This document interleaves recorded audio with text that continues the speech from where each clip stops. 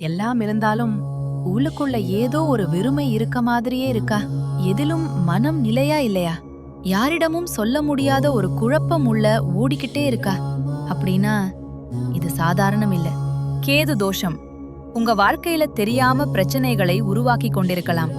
ஆனா இதுக்கு ஒரு ஆழமான ஆன்மீக தீர்வு இருக்கு. அதுதான் கீழப்பெரும்பள்ளம் நாகநாதர் கோயில். மயிலாடுதுறைக்கு அருகில் இருக்கும் கேது பகவானின் சக்தி மிகுந்த தலம். இங்க ஒரு ஆழமான நம்பிக்கை இருக்கு. கேது அருள் கிடைச்சா மனக்குழப்பம், பயம், உள்ளே இருக்கும் அழுத்தம் மெல்ல மெல்ல மறையும்னு நம்புறாங்க. இங்க கேது பகவானையும் நாகராஜாவையும் வழிபட்டு பால் அபிஷேகம் செய்து பச்சை பயிறு அல்லது கொள்ளு நெய் வேத்தியம் வைத்து பிரார்த்தனை செய்தா வாழ்க்கைக்கு ஒரு தெளிவு வரும்னு நம்புறாங்க. கேது அருள் கிடைச்சா உங்க மனசு நீங்க தேடிக்கிட்டு இருந்த அமைதியை கண்டுபிடிக்கும். இந்த சீரீஸ்ல உங்க வாழ்க்கைக்கு அதிகமா பொருந்தியது எந்த கிரகம்? கமெண்ட்ல சொல்லுங்க.